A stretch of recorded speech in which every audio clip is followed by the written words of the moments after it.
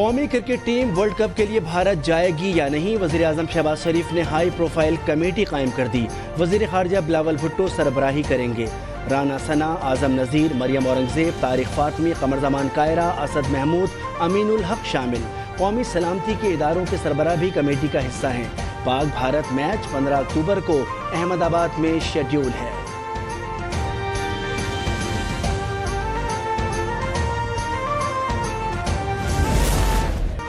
M Q M نے ایک بار پھر نئے صوبے کی بات چھیڑ دی۔ پیپلز پارٹی 15 سال سے ہماری نسل کشی کر رہی ہے۔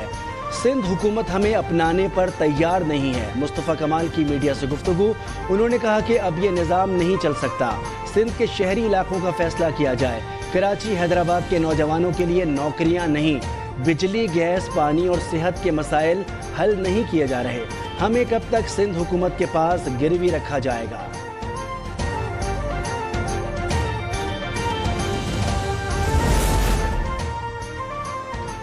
لاہور میں ایک دن آرام کے بعد بادل دوبارہ برس پڑے۔ نشتر کالونی اور شاہدرہ میں 2 گھروں کی چھتیں گر گئیں۔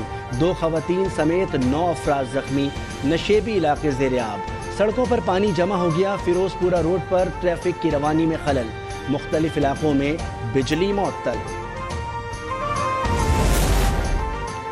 پنجاب میں مونسون بادلوں کے ڈیرے۔ حافظ آباد، کمالیہ، پتوکی میں موسلادھار بارش۔ قصور میں پانی گھروں اور دکانوں میں داخل ہو گیا۔ پاک پتن، منچن آباد، حویلی لکھا اور حجرہ شاہ مقیم میں بھی تیز بارش۔ بیشتر علاقوں میں بجلی چلی گئی۔ بادل برسنے سے کسان خوش، کہتے ہیں دھان کی فصل اچھی ہوگی۔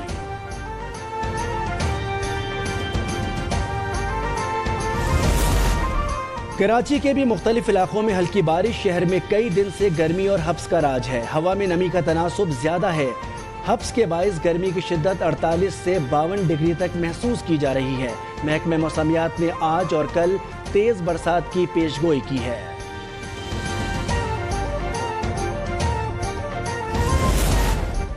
ملک میں بجلی کا بحران برقرار۔ شارٹ فال 6200 میگا واٹ ہو گیا۔ شہروں میں 10 اور دیہات میں 14 گھنٹے تک لوڈ شیڈنگ۔ بجلی کی پیداوار 20,200 اور طلب 26,500 میگا واٹ ہے۔ سانحہ 9 مئی کے ملزمان کی ضمانت منسوخی کے لیے اپیلیں دائر کی جائیں گی۔ پنجاب حکومت نے فیصلہ کر لیا۔ نگراں وزیر اعلیٰ کی زیر صدارت اجلاس۔ 171 شرپسندوں کی شناخت نہ ہونے کا نوٹس۔ محسن نقوی نے کہا مفرور شرپسندوں تک پہنچ کر رہیں گے۔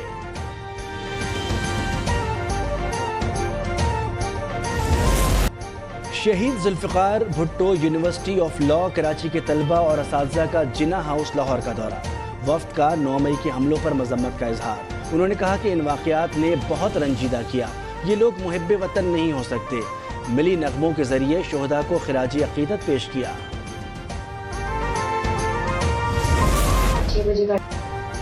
وطن پر جان قربان کرنے والوں کو سلام عقیدت۔ سپاہی راؤ عمر نے 3 جون کو بلوچستان میں جام شہادت نوش کیا۔ ان کی شجاعت کے اعتراف میں تمغہ بصالت سے نوازا گیا۔ ان کا تعلق ملتان سے تھا۔ ان کی اہلیہ کا سانحہ 9 مئی پر اظہار مذمت۔ یادگار شہداء کی بے حرمتی کرنے والوں کو سخت سزا دینے کا مطالبہ۔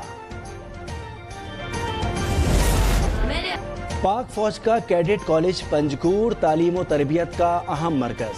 والدین نے اسے بہترین ادارہ قرار دیا۔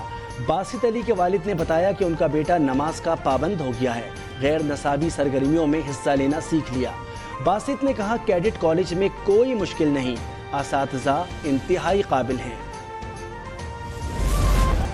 یوم تقدیس قرآن پر ملک بھر میں مظاہرے، عوام سڑکوں پر نکل آئے۔ قرآن پاک کی بے حرمتی پر سفیر کی بے دخلی اور سویڈش مصنوعات کے بائیکاٹ کا مطالبہ۔ وزیر اعظم شہباز شریف کا سیکرٹری جنرل OIC کو فون۔ اسلامو فوبیا کے خلاف جامع حکمت عملی کا مطالبہ۔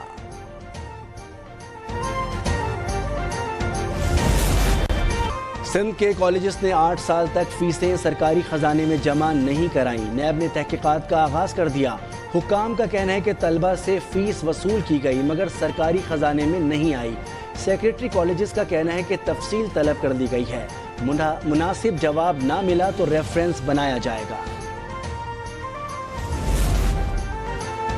کراچی میں ڈاکو دندنا رہے ہیں۔ 24 گھنٹے میں 150 سے زائد وارداتیں، 13 افراد قتل، 11 زخمی ہو گئے، ایک خاتون اور 2 بچیاں شامل۔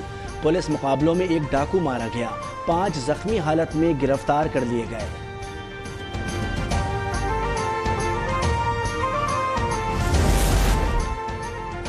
واشنگٹن کا یوکرین کو کلسٹر بم دینے کا فیصلہ، صدر جو بائیڈن نے فیصلہ مشکل مگر ضروری قرار دیا۔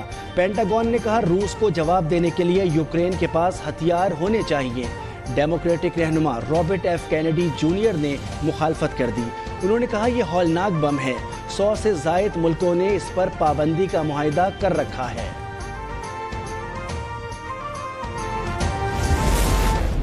اور انسانیت، خدمت خلق اور سادگی کے آسمان کا ستارہ، مخلوق خدا کے لیے زندگی وقف کرنے والے سماجی کارکن عبدالستار ایدھی کی برسی، انہیں دنیا سے رخصت ہوئے 7 سال ہو گئے۔